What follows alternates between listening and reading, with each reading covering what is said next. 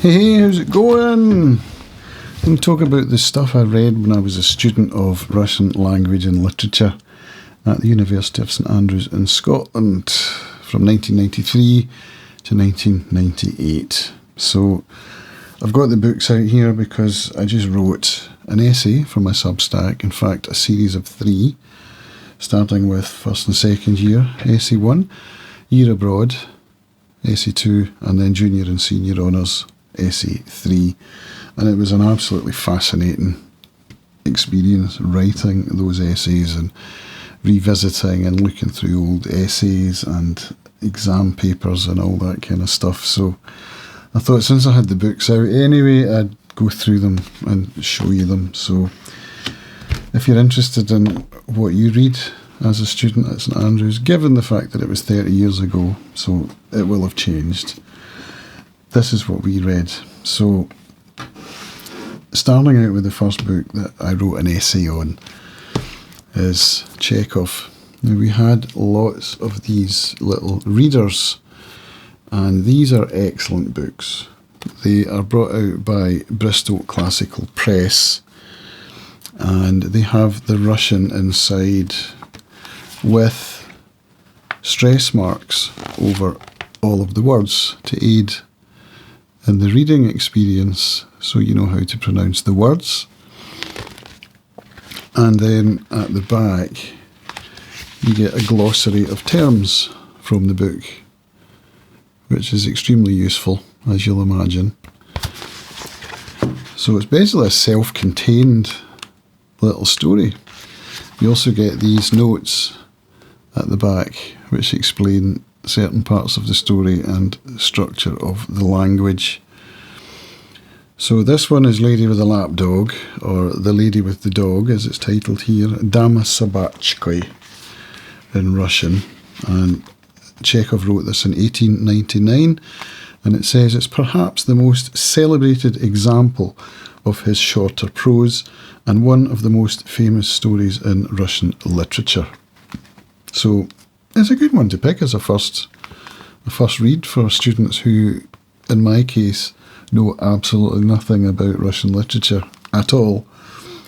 The tale of an adulterous liaison set in Yalta, it shows to the greatest effect Chekhov's propensity for the conjuring of mood and atmosphere. The tale's modernity is displayed too in its anticlimactic conclusion of poignant open-endedness. And it was clear to both that the end was still far, far off, and that the most complicated and difficult part was only beginning. So yeah, you'll see I've got notes here, lots of handwritten notes, which is an absolute delight to look at over 30 years later. You know, and I've got my essay as well, which wasn't great. I think I got 58 for it, which is actually not bad.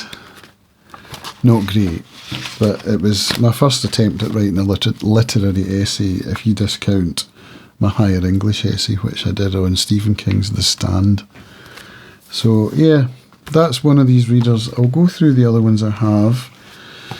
Asya by Turgenev, which was on the reading list, but somehow I avoided reading, although I thought I had avoided reading it, but there are some annotations. Not enough though, not enough to have read it. So I'm pretty sure I haven't read that, and I would like to.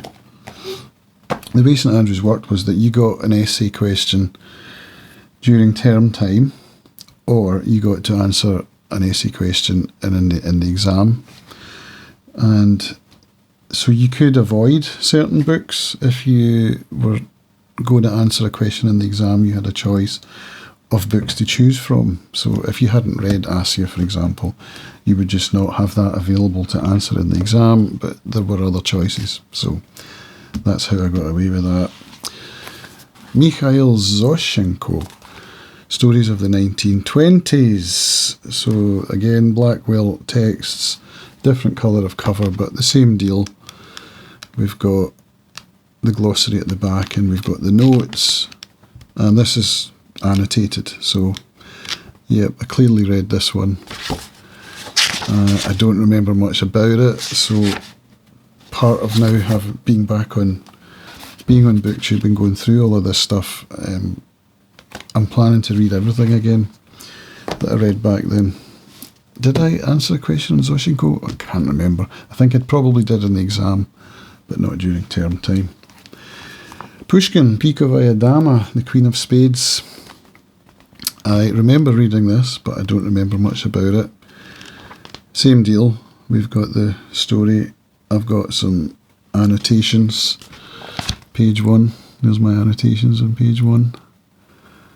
So, yeah. And I've written some vocab, and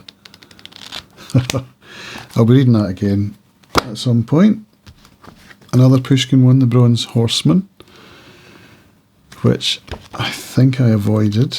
So this is a poem. So yep, that's another one for me to get to during this revisit. Gogol, The Overcoat, Chigneil. In my senior honours I did a whole module on Gogol, so I read pretty much everything of his. Another Gogol book, The Government Inspector, Revisor.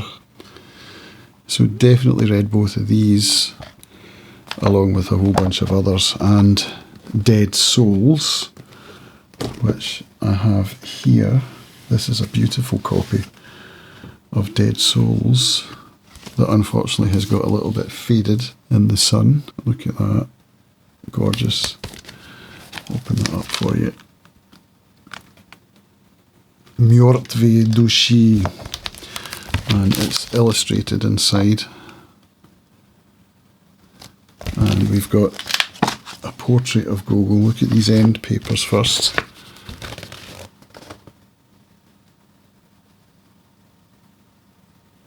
Lovely, isn't it? We'll get rid of that flap. And then there's a portrait of Gogol inside with the text of the title. So this is a prized possession, definitely. Beautiful book.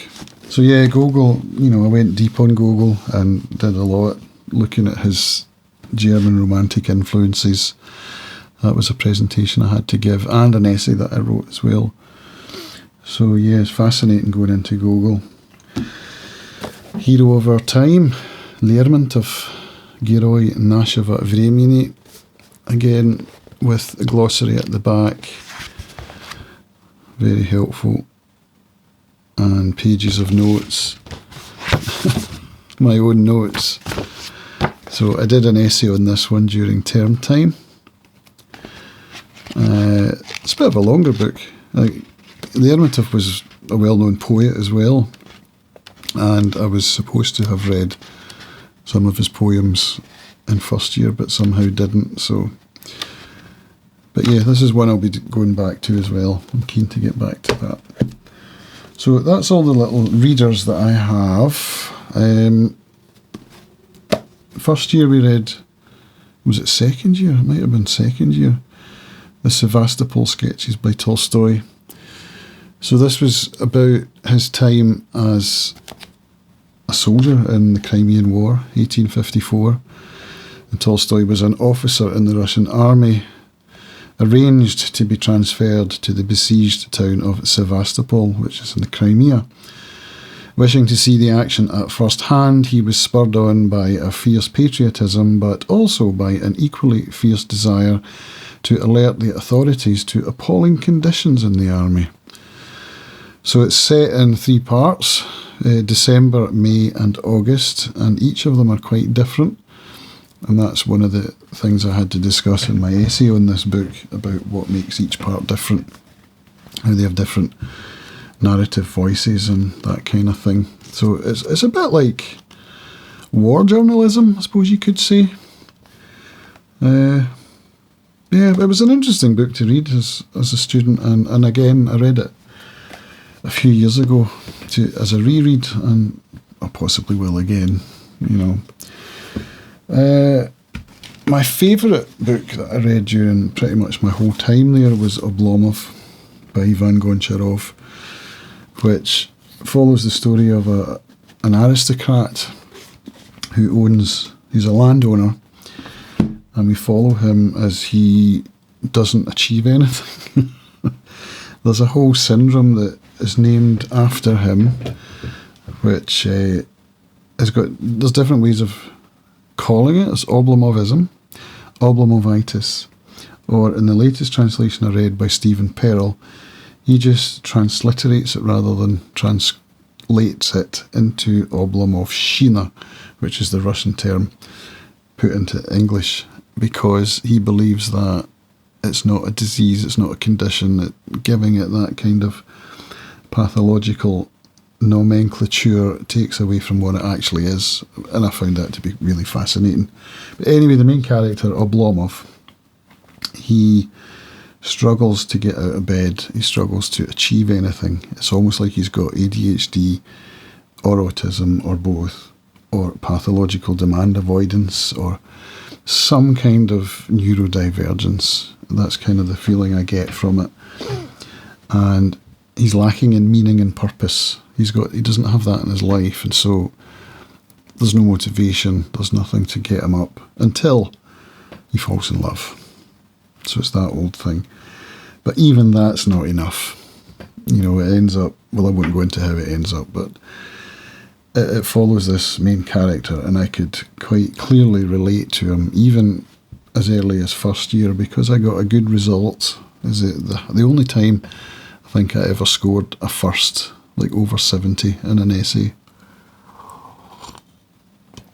And I've since read it again a couple of times, including most recently this year, when I led a group on Substack taking you through this book. So there's a whole bunch of essays over there, and there's also videos as well, which you might have seen on my channel. This is a Russian copy that I picked up when I was abroad in Ukraine. And yeah, it's a prized possession. It's got my name in it, Odessa, 6th of March 1996. So I must have bought this. They used to have street markets in Odessa. Well, they probably still do. And you could buy books there at quite low prices compared to what you'd pay over here. So it's got a wee page inside it with some vocab. I love these little remembrances of the past, you know. Another first year book, Anna Karenina by Leo Tolstoy. This is the copy that I read back then, translated by Constance Garnett. Cost me £2 in the used bookstore, which was down Golf Course Road. It's no longer there. And it's called Anna Karenina, interestingly. Why interestingly? Because, as you probably know, the title is normally Anna Karenina. It has a feminine ending on the surname, but this Constance Garnett translation says something about not doing that, because you don't do that in English, so why should you do it? Yeah, here we are, translator's note. In the present translation, which I believe to be the only complete and literal version of the Russian original yet published in English, oh how things change, I have not adopted the form Anna Karenina, but Anna Karenin, since such a preservation of the feminine form of the surname is unparalleled in English. We do not speak of Marie Bashkirtseva or Sonia Kovalyevskaya or Madame Blatovskaya or Countess Tolstaya. So that's her thought rationale. And it has one of the most famous opening lines perhaps in all of literature. Happy families are all alike. Every unhappy family is unhappy in its own way. So this was quite early in my university days, and I remember sitting in my wee room in Ganachie House, just wondering how I was ever going to get through it. Because, I mean, to be honest with you, at that time, I'd only ever really read fantasy, perhaps some contemporary fiction, but mainly fantasy was my thing. Bit of horror, Clive Barker, Stephen King, that kind of thing. So going into a book like this, you know, it was a struggle. It really was. But I'm glad I did it. I'm reading this again now, actually. Different copy, which I don't have. Oh, I do. This is the Rosamund Bartlett translation, which I'm reading again now, and I'm having a great time with it. That's what's so interesting to me, is how we change over time, and how back then, you know, it was like lifting a big heavy boulder, whereas now it's like, what's it like? It's like sailing on a summer's day across an ocean, drinking in this beautiful prose, and just, you know, letting it lift my soul, you know, which it certainly didn't do when I was in first year, about the age of 21. It's funny how we change, isn't it? Another big heavy hitter I read in first year, Crime and Punishment, Prestупление и наказание. Yeah, I think I enjoyed this more than I enjoyed Anna Karenina. This is an easier read as somebody who doesn't know literature or at that time care much for it. It's kind of a crime novel, like a whodunit or a why-done-it. And it's more relatable, although it goes into a lot of philosophy, which I knew nothing about. So in that respect, it was interesting to learn about. I didn't write an essay on it, at least if I did, I don't still have it, which leads me to believe I possibly answered a question about it in the exam. I can't remember. I've recently reread this again twice, and it's now one of my favourite books. So, yeah, again, interesting how our tastes change as we grow older. Yeah. This is an interesting one. War and Peace, Tolstoy. I read this in my final year, and I had to write a dissertation because I was the only student in my year group who did single honours Russian, which meant all I did was Russian and no other subjects to honours level. And that meant basically I had to take every single class that there was. I couldn't choose not to take any of them because there were only enough to fill a single honours degree, if that makes sense. So I wrote a dissertation on War and Peace. This is an old copy. This is the Maud translation, 1943. A very thin paper, almost Bible-like. And yeah, it's a beautiful, it's just such a treasured possession because I spent so much time with this. So much time. My dissertation was comparing the novel with the 1968 movie adaptation by Sergei Bondarchuk, which is phenomenal, by the way. And at the time, all I had was a bad quality VHS tape. Now you can watch the restored version for free with English subtitles on YouTube. And I urge you to do so. It's in 4 parts. Starts off with Andrei Bolkonsky. It goes through the characters.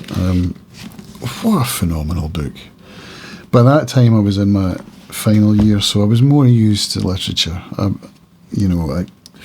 took it in my stride. Did I enjoy War and Peace then? Yeah, I'd have to say that I did. I definitely did. And I read it again last year, along with a group read, Simon Hazel on Substack, who is going into I think this is his 3rd year now of leading a group on War and Peace. So it's currently going, and it's set in such a way that I think it's got 360 chapters, or 361 chapters, all of which are very short. So you can read a chapter a day and get through it in a year, and it's almost like no effort. And it's such a great book, honestly. So I read with Simon,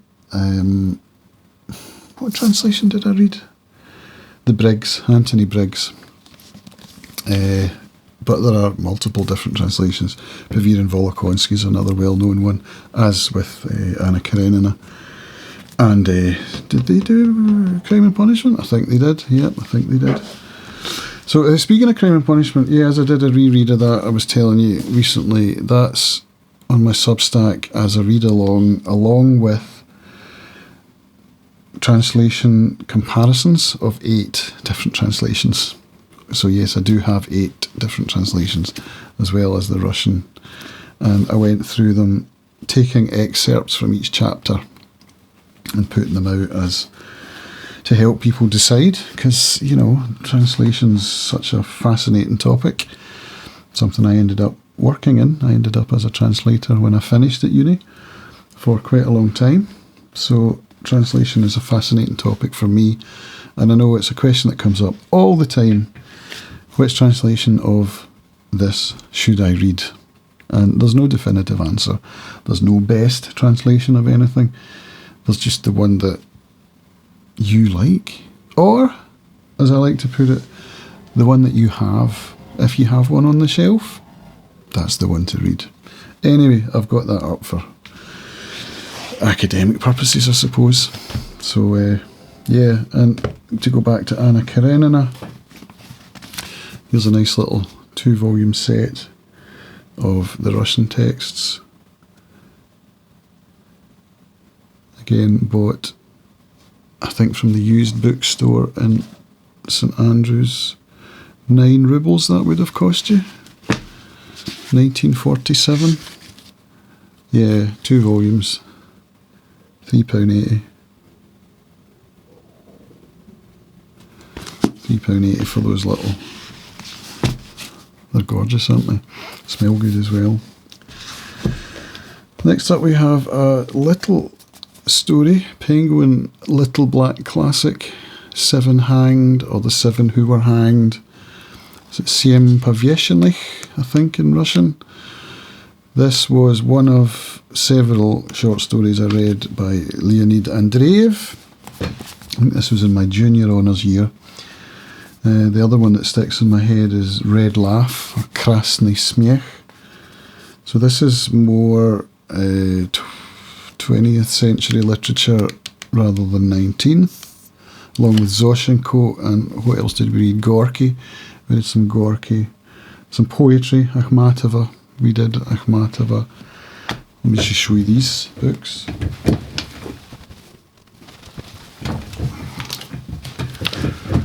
That's a 2-volume set of poetry by Anna Akhmatova, bilingual, translated by Judith Hemschemeyer.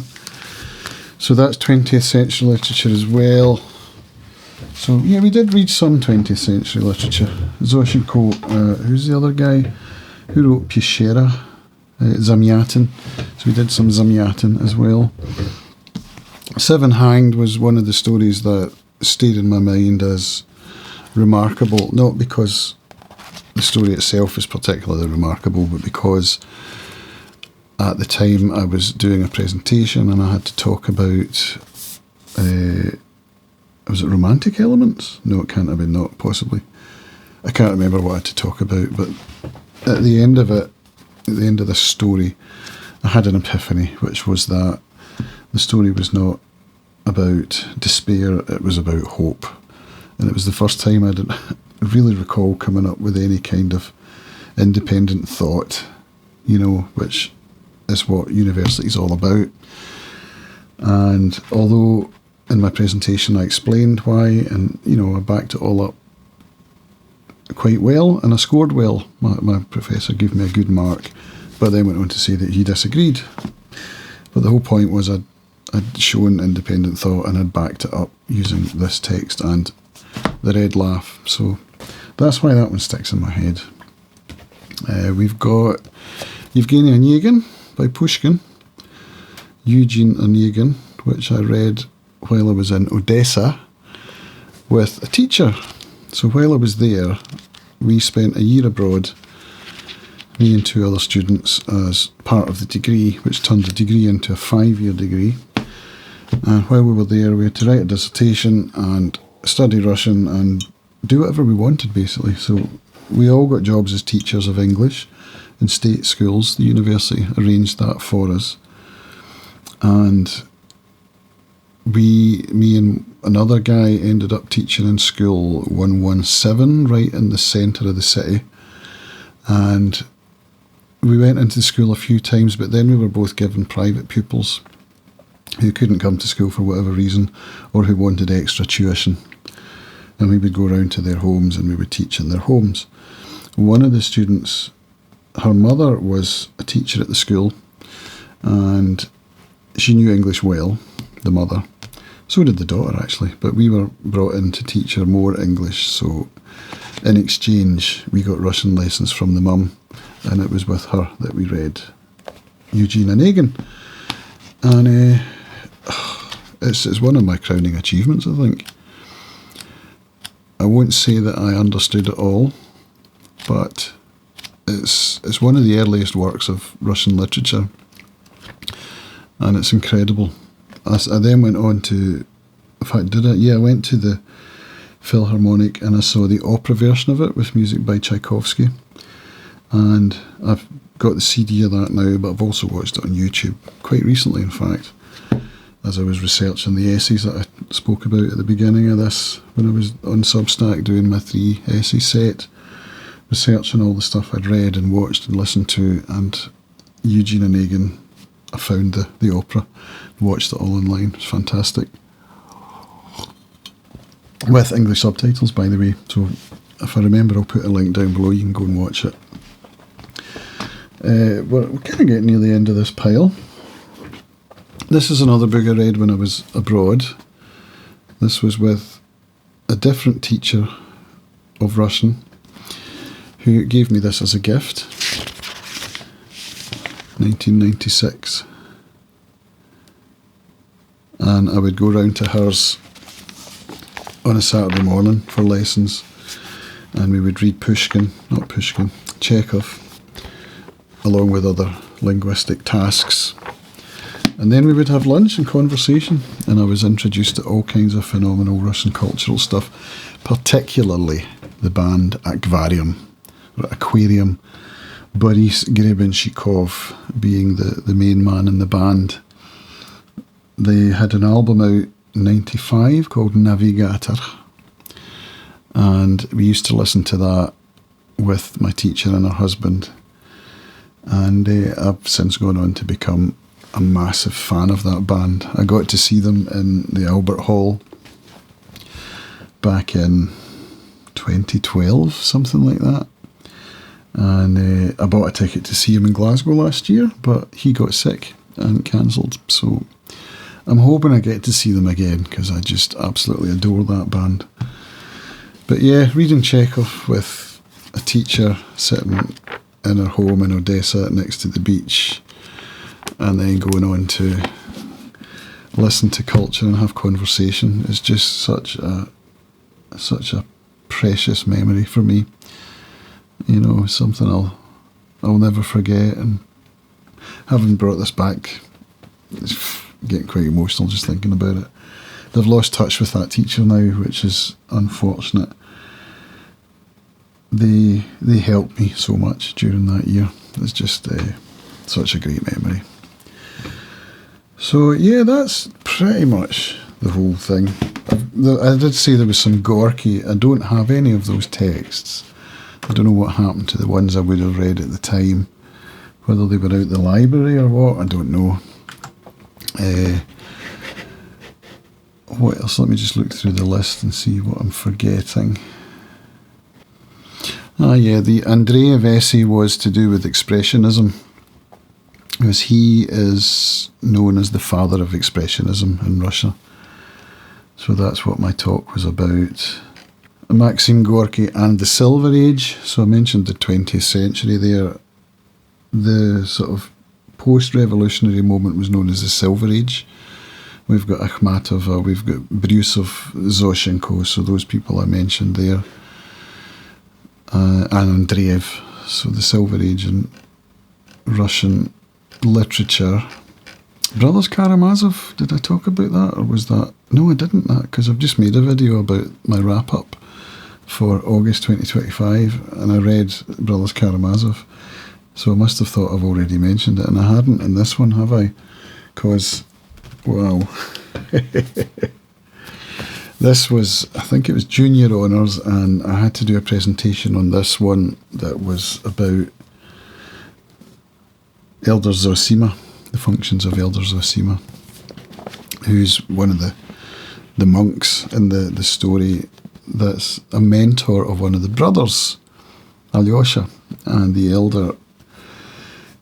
He has a certain role to play in the book, and I had to discuss that as part of a presentation.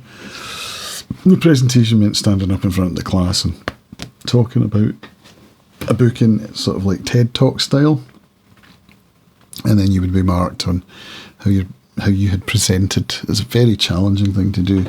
Didn't start doing that till honours, junior honours, senior honours, when you had to do that. And gosh, it was a struggle. It's a difficult thing to do. But yeah, as I'm saying, it's funny how we change over time, because back then, didn't enjoy this book at all. This time around, it's one of my favourite books. You know, it's that good. So I literally just finished it a couple of weeks ago, and I'll be reading it again quite soon, because I know that there's another translation due out shortly, or maybe not shortly, but soon.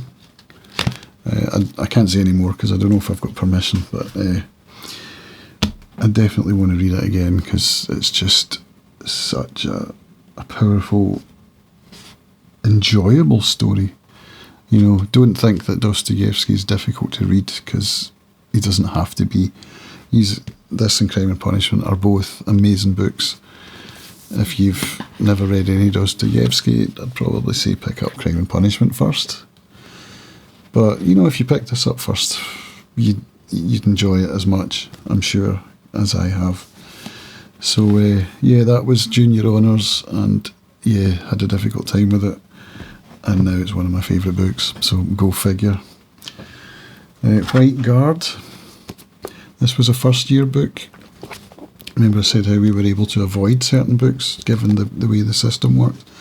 I avoided this for some reason, and I've decided it's time. I want to read it now, and I'm going to read it now. So I'll put an announcement out that I'll be running a group to read The White Guard by Mikhail Bulgakov in October. So we're going to read it in a month, and I'll read it in September myself, just to get it into me, and then I'll go back through it again slowly as I put out essays and videos and what have you for October. So if you want to read The White Guard by Bulgakov, then come along.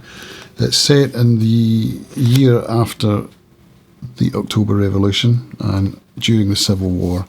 The main characters, it follows a family in Ukraine, in Kiev, and it's during the Civil War. The main characters are involved with that, as you know, people were. And we've got the White Guard, the kind of Tsarists, the anti-communists. We've got the Ukrainian nationalists, and we've got the Red Army as well, the communists. So it's a time of great conflict. Does that sound familiar? In Ukraine and Russia? And I'm looking forward to reading it. I think it's quite timely. And yeah, I do really like The Master and Margarita, which you might have noticed by omission. I didn't mention having read that at uni, because we didn't, which still bewilders me, because it's one of the best books ever written, in my opinion. And why would you not have that on the syllabus of a Russian literature degree? What were they thinking? They gave us this and not that. I don't know why, but I've read The Master and Margarita possibly 3, definitely 2 times, and I will be reading it again because it's just so good. So that takes us through quite a lot of stuff. I hope this was interesting to you.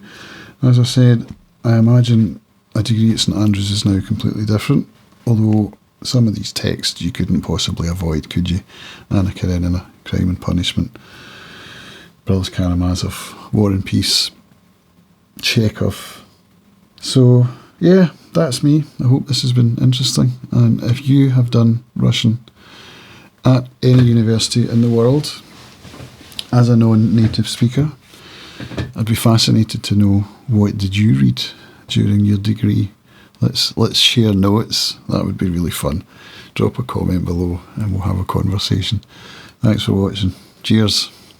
Or should I say, do svidaniya.